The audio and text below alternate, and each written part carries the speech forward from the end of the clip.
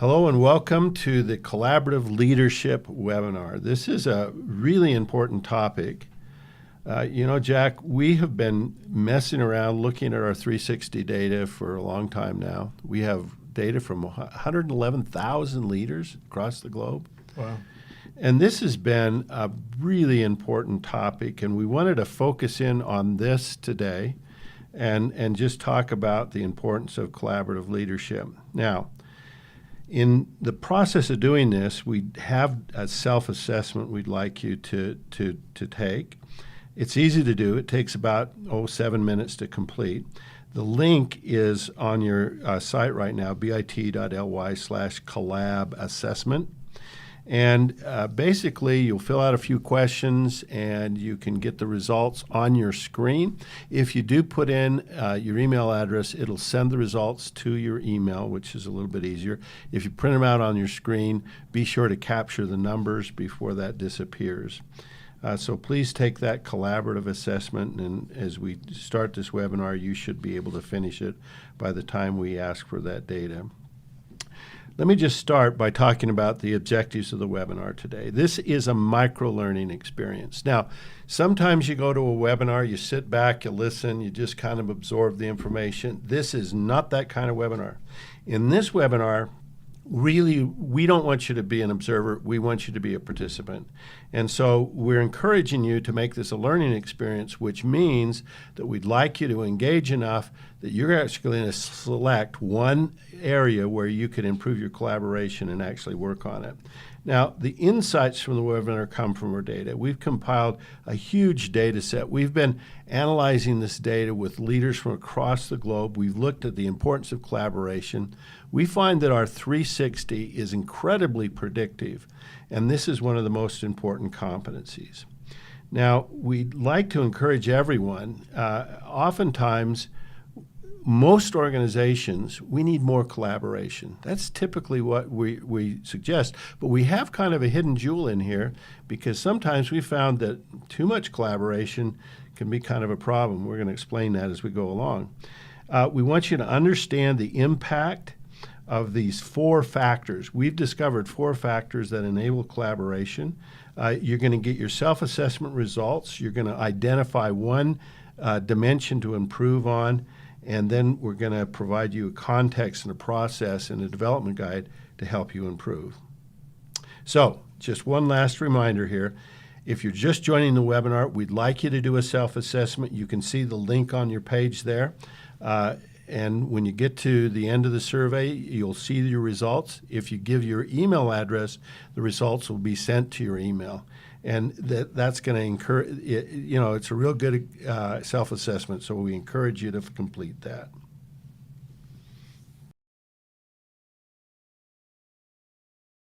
This is Jack, and we're here to talk about collaborative leadership.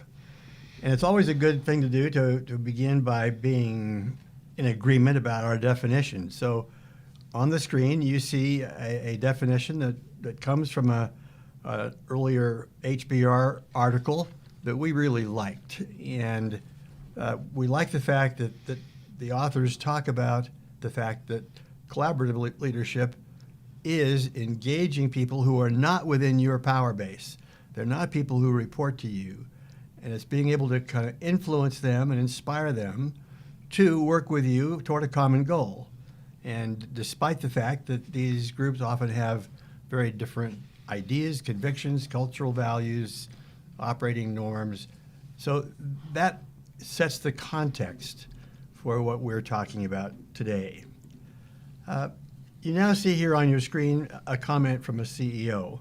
And I smile about this because it's very similar to an experience I had many years ago when I was part of a group that merged together some 21 companies in our industry with the expectation that we would have lots of cross-selling and lots of collaboration.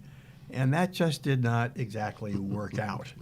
The comment from the CEO that you can see up on the screen is that he or she talks about having acquired a variety of businesses that were indeed related to each other, and they clearly overpaid for them if there was no collaboration between them going down the road. And indeed, that's a stark reality that faces lots of organizations that acquire businesses. They just don't get the kind of collaboration that they had anticipated. As Joe mentioned, we have encouraged you to take this little self-assessment that really kind of looks at your preference for independence or interdependence. And you'll see there on the screen the items that call out what we mean when we talk about independence. Preference to work alone. Likes to be collaborative by adding my work to your work. Educational experiences are often powerful because they reinforce that independent streak that we have. Yeah, do your own work. Yeah, and if you don't, you're cheating. Yeah. And so you see that listed there the characteristics that somewhat kind of describe and define this characteristic of independence. It's very much embedded in our Western culture. On the other side, we have the interdependence column. In this case, we have people who prefer to work with each other, work in teams. They prefer collaborating, people working all together. They tend to be more social, and they are comfortable asking other people to help them and help give them insights and give them assistance in what they're trying to accomplish. And so this, again, probably if you were thinking about a culture that really espouses this, we think of the Eastern Asian cultures as being particularly inclined to this kind of behavior. The danger is that it can lead to a collaborative overload. Yeah, that is interesting how in the Western culture you think about that farmer. There's 20, 40 miles from anybody else. They just work by themselves in that Western mentality. Two of my former partners, Gene Dalton and Paul Thompson, they talked about this independence, dependence. They talked about this 4 stages model, and what they said is that when people first go to work, they ask a lot of questions, they don't know what to do, and so they really need to do that, and they're in a dependent mode. But as they learn, they move from dependence to independence. They are doing projects by themselves. That feels very good. And a lot of people just love that independent mode. But eventually, some people, not everyone, starts to say, well, how does my work coordinate with your work? How can I help people learn what I know? And so that interdependence mode kicks in. And you know, as you think about these stages, you see people go through these different stages, typically in a career. And so what we'd like you to do is to look at the first part of the self-assessment. And this gives you your scores on whether you tend to be independent or interdependent. And again, the positive numbers are interdependent and the negative numbers, don't read anything into negative and positive because this is kind of a style issue. They're both good styles, but you can see what your tendency is towards that. You know, Jack, I was thinking about a lot of our colleagues here at work, and some of them are so independent. You know, they run off and do stuff, and then you learn about it 3 months later. And then we have others that check in, and they want to get the group. They gather ideas. They're both valuable, and I kind of love the independent people because if you don't, they require no effort, but occasionally they'll do something and you go, that's crazy. Why don't you check with this? Well, and the point we want to make in the spirit of full disclosure is that we all have a tendency to lean in one direction of independence or interdependence, but we are clearly going to encourage you to think hard about collaboration. We're going to strongly advocate that for nearly everyone, a greater degree of collaboration is warranted. And so whether your scores are high on being independent or interdependent, we invite you to think about what does that maybe say, though, about what I can do to become an even better collaborator. And as Joe mentioned, that there is this possibility that sometimes collaboration can go too far. And we found an interesting article that we've cited here, again from the Harvard Business Review, that was talking about the fact that there can be a collaboration overload. And we really like the quote here from this senior executive of a global technology company who kind of points out that the collaborative demands that he was being were pushed on him really began to wear him down, and the constant email and international travel and all the other things, he was exhausted, and so he didn't feel good about himself, and he began to internalize all these different demands that were being placed upon him. And literally, we sometimes see people that have to go home to get their work done because they are so bombarded with requests for collaboration. And I've never thought of email as collaboration, because you do it alone. But it is, isn't it? I mean, it's people sending you message, you responding to them. That is collaborative. So again, we're espousing collaboration up to the point where it does not distract from your work or from you doing something which is clearly of higher value. So we know that in general, collaboration is a great thing. We just want to kind of acknowledge that there are limits. We enjoyed the article that we've cited here because it had also one other, we thought, useful insight. And that was that there are maybe 3 different sort of components or elements of this thing we call collaboration. One is informational, which is the kind of the sharing of knowledge and ideas and insights and your expertise. There's making available your social networks, your contacts, your, in the old days we would say your Rolodex, but that's no longer accurate. But it is providing other people with access to the network of people with whom you have worked and that may be of real value to them. And then finally, there's a personal element in collaboration, which is literally you spending your time and your energy and you being very involved with them. Now, obviously, the first 2 can be shared, and there's almost, no diminishing supply. But the third one, which talks about the use of your personal time and your personal involvement, that's obviously has a limit. And so we think it's useful to be aware that collaboration can come in many forms, and that some forms have, virtually a limitless supply of juice in that orange or lemon, but others, they're not. So we encourage you to consider that. We found another article that we thought had an interesting idea in it, and that was, what does it mean to be an excellent collaborative senior leader?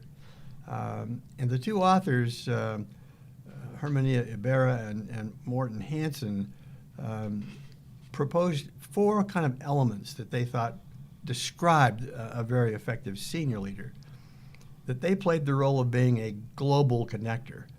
They had this ability to kind of make links between people, often in various parts of the world or in different parts of the organization. They are able to attract and engage a diverse amount of diverse talent. Thirdly, they are great role models of collaboration. And we used to joke about the fact that, using an old metaphor, when the princes are fighting, the spear kickers out on the battlefield are killing each other, and the princes may be very gentlemanly or nice to one another, but it really cascades down in the organization in very dysfunctional ways. So it's wonderful to have a model of collaboration at the top. And the fourth component that they describe of a collaborative senior leader is that this leader now shows a strong hand in keeping the teams from getting kind of mired in debate. It solves the fights. And resolves the conflicts. Yeah. Now, we thought it was useful maybe to bring that down to the levels lower in the organization, and so we've proposed a kind of a comparable list, and this is based on our own research and our own thinking.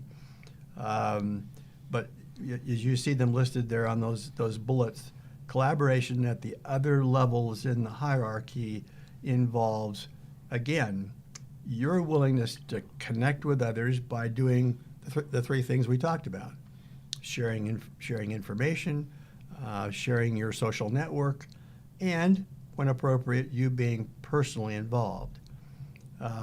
Secondly, it does involve putting the organization's needs above your department or your personal goals.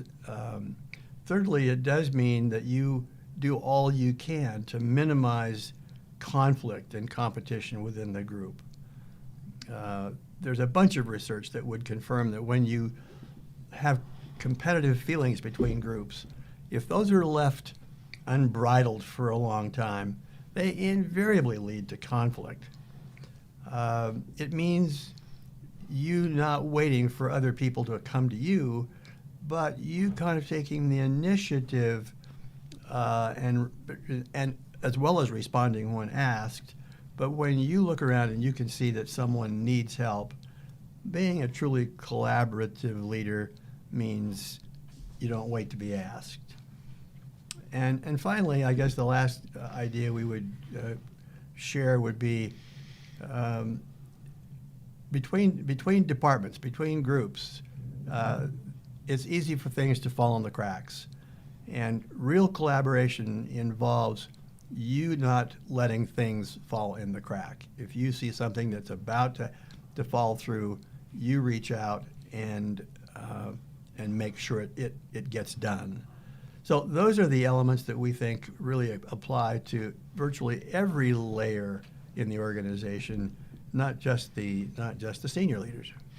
Yeah, you've seen a lot of organizations where people take glee when one division, isn't doing well, and oh boy, that guy's going to get it, Yeah. And they sort of have, it's like I'm getting ahead of them, and that's that competition thing. So let's go to our research. We've gathered, hundreds of thousands of 1.5 million assessments on 100,000 leaders, and we comb through all this 360 data. The first question I want to ask is, well, who do you think is the best collaborator? Well, the senior leaders, they're always talking about it, right? They're always saying, you guys need to collaborate, you guys need to collaborate. And when we looked at the data, Jack,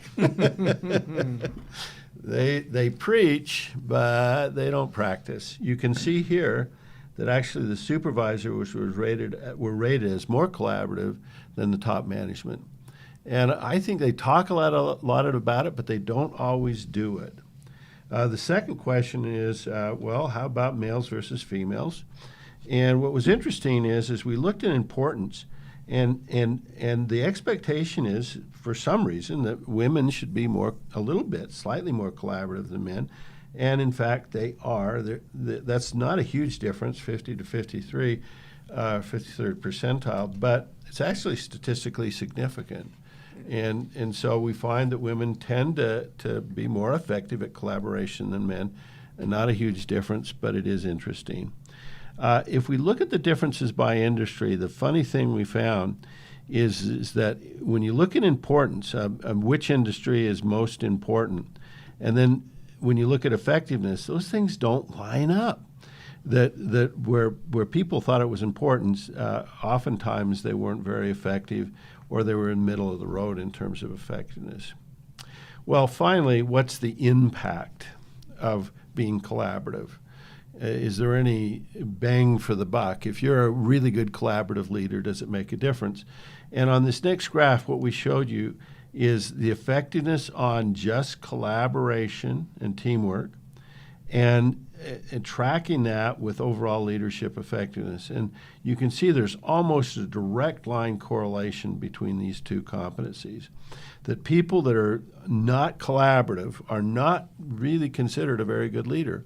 And if you think of leadership as getting people to do stuff as a group, I mean, that's kind of the definition of collaboration. The next slide, what we wanted to do is say, well, does collaboration create energy and excitement and engagement in employees? And sure enough, it does. The worst collaborators were in their engagement scores with the 26th percentile, the best collaborators at the 78th percentile. And finally, one of the key variables of a leader is getting discretionary effort out of people. Discretionary effort is what people do above and beyond their job, that they go the extra mile, they do more. And this shows the percentage of people that are willing to do more by the level of collaboration. And you can see as leaders are more collaborative, they tend to get more out of their people. So collaboration is a key skill for leaders, and employees reporting to those leaders skilled in collaboration have greater engagement, have more employees willing to go the extra mile. Okay, so we now come to the question of what can you do to really improve collaboration? And obviously, there are countless actions that we could identify. These are very much a function of what unique circumstances the company's in, what industry you're in, what projects you're working on, what stages you are in terms of the growth and development of the firm. So rather than kind of trying to make a long laundry list of all these specific ideas for collaboration, we thought we would look inside our data. And again, as Joe says, we have a million 360-degree feedback instruments pertaining to, in this case, we were looking at 88,000 leaders and people who are individual contributors. And we're looking at what we could find from analyzing the data about what did they do, the ones that got the highest scores on being seen as collaborative. Were there some other behaviors that they displayed that maybe would help to explain why they were perceived as so effective on this quality of collaboration? And indeed, we saw four kind of fundamental behaviors that emerged and that tend to define this collaborative capability. And you see them listed there. Number one was builds relationships. Number two was communicates powerfully. Number three was that they inspire and motivate. And number four, they find ways to engender trust with all the people that they work. Jack, the only thing better than 100 good ideas is the top four. And that's the problem with leadership is, there's so much written, so many books, so many pieces of advice. You don't know what to do. But this, from our research, if you do these four things, you're going to be a much better collaborative leader. Right. So let's just talk about the first one, building relationships. When I was a graduate student many, many years ago, I had a professor who had just come from Harvard, and one of the things that he loved to talk about was a sociologist who was a very wise, very well-published and often cited sociologist at Harvard, a man named George Homans. And Homans had this very simple theory, which is indeed so simple that it doesn't seem like it would be worthy of a Harvard sociologist. But the theory was simply this: sentiment leads to interaction, and interaction breeds sentiment. Isn't that profound? In other words, collaboration is very much driven by the nature of the relationship, and we've all seen this in action. When you meet with somebody, spend time with them, interact with them, you feel more warmly and you feel more positive toward them. And when you feel more warmly and more positive to them, you're inclined to want to interact with them more often. You'll call them up. You'll invite them to go places with you. You'll do things. You'll have lunch. And so this circle of interaction breeds sentiment, and sentiment breeds interaction is indeed very true. And we all experience it on a regular basis. So let's just stop and think about this. If we want to be perceived as being more collaborative, one of the things that we might want to think about is, what am I doing to build relationships with the people inside the organization? Do I invite someone from another department to come and talk to my team about how we work together and what we could do that would be more effective, and how we could help them in their work and their interaction with us? Do we create social events where people get together? Do we do things deliberately that truly build relationships? That is the number one most important kind of component of collaboration. It is. It's a very important thing. The second one is communication, and this is actually the easiest skill to improve on. And it's not so hard to do, but we blow it all the time. It just makes sense that if you want people to collaborate, they need to know the what, where, when, and how. They need to be well informed, and most people drop the ball on communication. And the problem with communication is, if you do it just once, that's not enough. You've got to kind of regularly provide that communication, let people know what they need to do, where the progress on a particular project or a goal and objective. They need updates regularly. Easy thing to do, easy not to do. Very easy not to do. The third component is labeled inspires and motivates. And this describes the extent to which a leader generates excitement and enthusiasm. As you recall, going back to the original definition of collaboration, it was the ability to get people who are not in your power base, people who don't report to you in an organizational sense. And how do you get them to adopt a common cause, a purpose, a mission, and work together to achieve that? And so this ability that leaders have to keep focused on the cause and keep focused on the purpose and to emotionally connect with people is really a major key to this competency that we've labeled collaboration, collaborative behavior. The last one, last the best of all the game. This is actually true. It's trust. Because if you have those other three and you don't have trust, we're going to show you the data here in a minute, but it just ruins everything.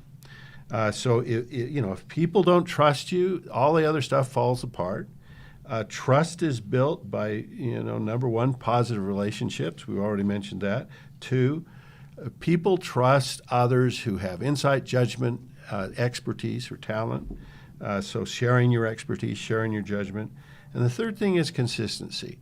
I do what I say what I do. And so, again, and I want to show you the impact of doing these well and what happens, Jack. And there's one more thing I think on trust that needs to be mentioned, and that is that if you take those three components and then you draw a line under them and say it's all divided by what people perceive as your self-interest. Mm-hmm. If they think you're doing this because of your desire for self-aggrandizement or your selfish reasons, then that really begins to diminish all of those three. It does.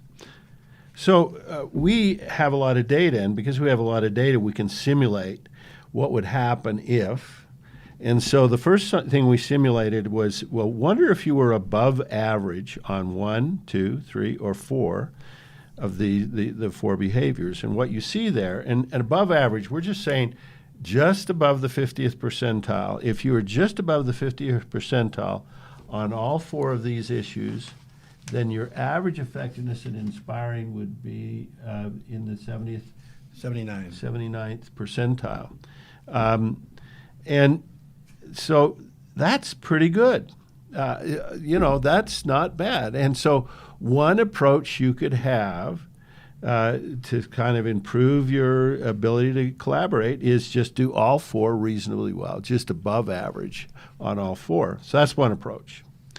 There's another approach. And Jack and I found early on this value of building strengths, this idea that if you were really good at a couple of these, and actually what we find is if you were good at two of these, you end up being at the 84th percentile. If you're just good at one, you almost get to what you would do as if you were above average on all four. So you can use either approach. And the question is, do you see value in all four? Or are there a couple of these in your job that really stand out? And once I say that, let me show you the big but. The big but is, but if people don't trust you, if that's a fatal flaw, and a fatal flaw is you're in the bottom 10% in terms of your effectiveness on that thing. If you can do all three well, but if they don't trust you, the bottom falls out. You're at the 10th percentile on your collaboration. So trust is very critical. Actually, the others can't be fatal flaws either. And so the logic here, as you think about it, is you can use this kind of, I want to be good at all four. That's not, that's an interesting objective. Or I'm going to be good at a couple. I'm really good. 90% at a couple. But I always have to look and ask myself, are any of these a fatal flaw? Am I terrible at any of these? Because they're all very important. And so if you have, and especially trust, ends up being really important. So what I'd like you to do is, if you look at your results right now, what we show you is on your assessments two things. The first one is your preference.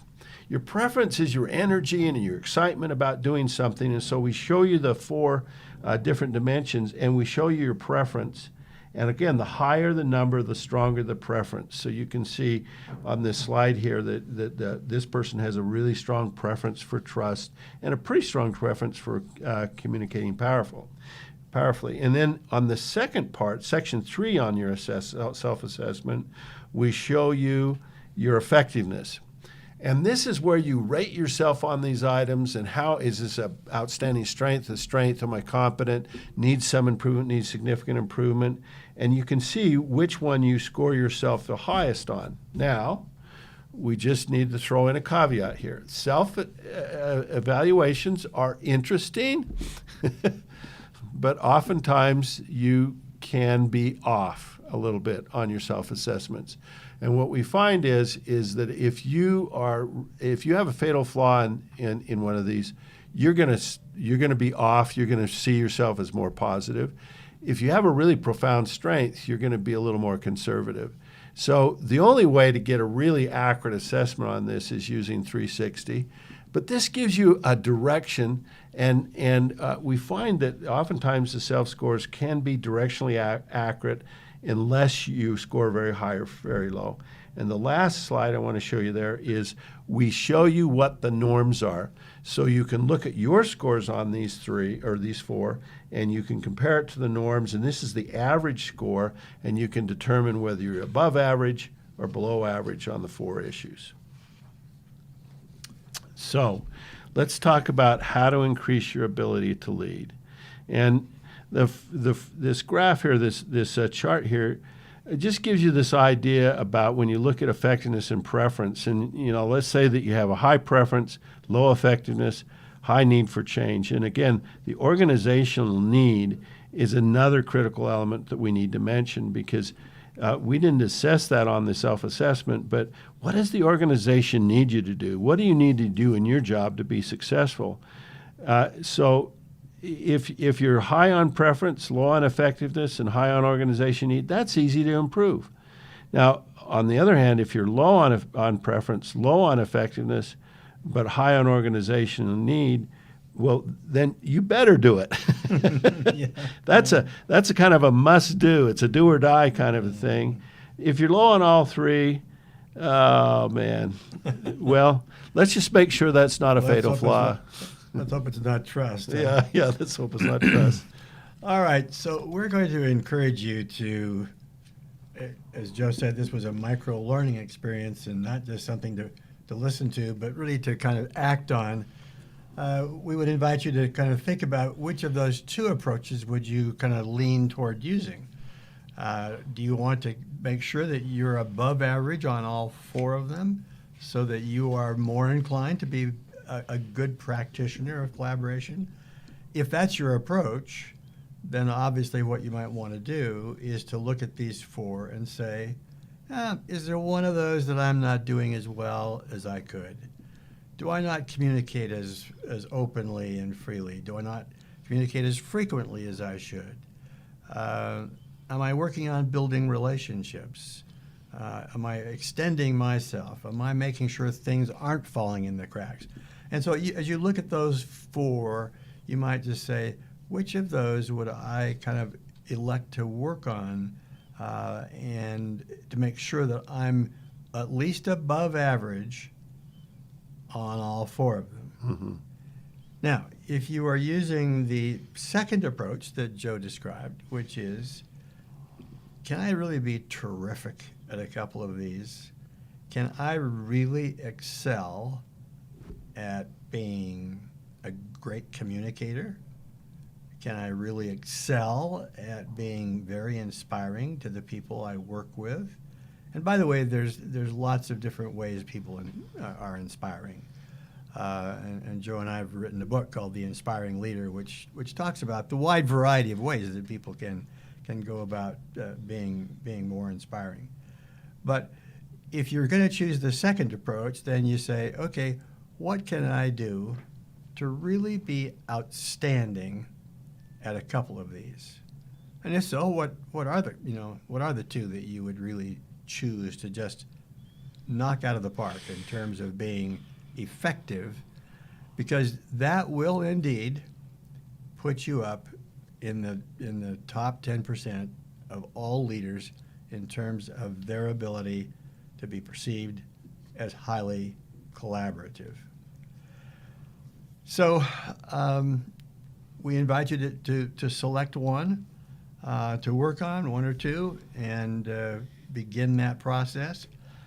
And when you fill out kind of your appraisal of this webinar, you will have access to a development guide which will give you some suggestions on how you might go about building whatever strength you've chosen. So if you would like some concrete, kind of palpable ideas about how you can be better at inspiring or how you can be better at building trust or any one of those four, you can access this via the document that you will receive when you complete the post survey. So our takeaways from, I hope, from today's webinar would be these. The key is to kind of make a new habit of collaboration. And like all habits, they begin with you paying attention to some triggering cue that says, oh, am I reaching out and extending myself?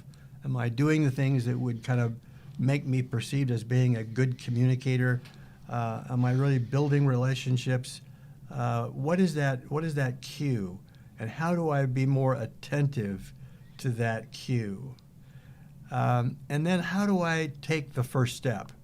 There are obvious things that are the tip of the spear when you begin to do and be better at communicating or be better at building relationships. And that, that independence versus interdependent orientation.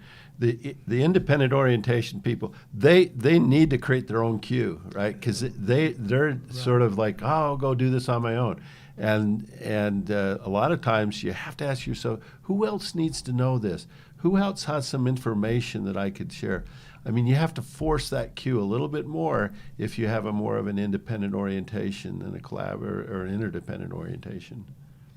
And I think the third idea we would just share with you would be as you're commuting home, however you do that, whether you're on a subway or driving a car or whatever you do, you might just take a minute and say, what did I do today that made things better? What did I do today to really extend myself and be a better collaborator? It doesn't need to take a lot of time, but it could be just a little routine that you have that says, I can deliberately change this. I can create a new habit, and I'm committed to being perceived as being a highly collaborative colleague.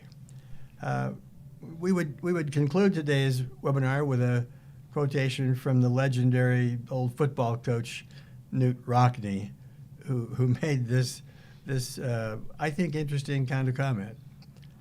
The secret is to work less as individuals and more as a team. As a coach, I play not my 11 best, but my best 11. And that idea about you pay attention to those who are collaborative and work together as a team, because they will win for you in the long run. Thanks for joining us in today's webinar, and we again encourage you to kind of complete the assessment at the end. And we would love your feedback. And what this next slide that comes up shows you the link to that webinar. Sometimes the feedback survey automatically appears. Sometimes you have to go to this link, bit.ly/webfeb20. So if the survey didn't automatically come up, go to there. When you complete the survey, you can give us some feedback. We love feedback. And you can also download the development guide and share that. It's been a delight to be here. This has been a real collaborative effort between Jack and I. We've learned a lot about collaboration, haven't we, Jack? We have written 6 books together, and if you ever want to really learn about collaboration, write a book with a co-author. Yeah, that's right. It's a really good learning experience. Right. But at the end of the day, I always find it's better when we work together. Yeah, that's exactly right. All right. Thank you so much.